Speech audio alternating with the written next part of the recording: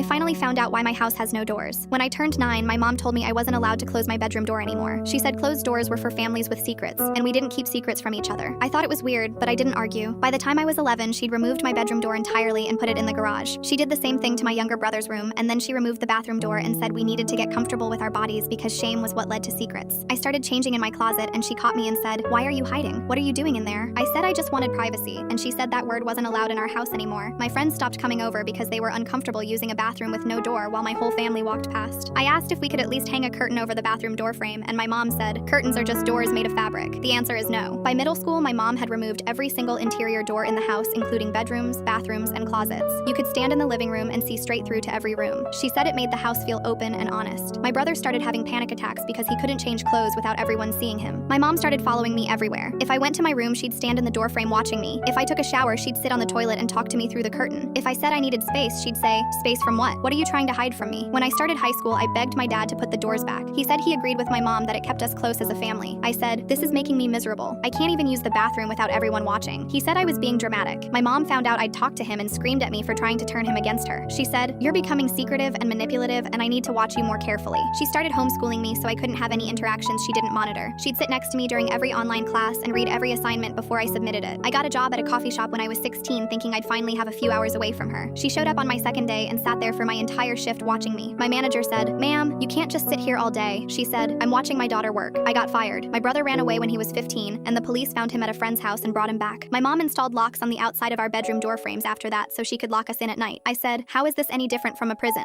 She said, "Prisons have doors. You can see I trust you because there are no doors." I started having panic attacks in the middle of the night because I felt trapped. When I was 17, I was looking for Christmas decorations in the attic and found a box of newspaper clippings from 30 years ago. The headlines said things like, "Local girl found after 3-month disappearance," and there were photos of a little girl who looked exactly like my mom. I read every article and discovered that my mom had been kidnapped when she was 9 years old. A man had grabbed her walking home from school and kept her locked in his basement for 3 months in a windowless room. I sat in the attic for 2 hours reading everything, and that's when I understood. The rules started when I turned 9 because that's how old she was when she was taken. She removed the doors because she couldn't stand the feeling of being locked in anywhere. She couldn't handle seeing a closed door because it reminded her of that room. I confronted her that night with the articles and said, "Is this why we don't have doors?" She started crying and said, "You don't understand what it's like to be trapped. I couldn't breathe in that room. I thought I was going to die there." I said, "So you made us live in a house where we can't breathe either." She said, "It's not the same thing at all." I said, "It is the same thing. You're so afraid of being locked in that you won't let us have any privacy. You won't let us close a single door. You follow us everywhere. You won't let us have friends or jobs or lives outside of your vision. You trapped us just like he trapped you." She said I didn't understand and I was being cruel. I said, "You need help. You needed help 30 years ago and you still need it now. But instead of getting therapy, you made your trauma into our prison." I moved out the day I turned 18. My mom still hasn't gotten help, and my brother moved out the second he could too.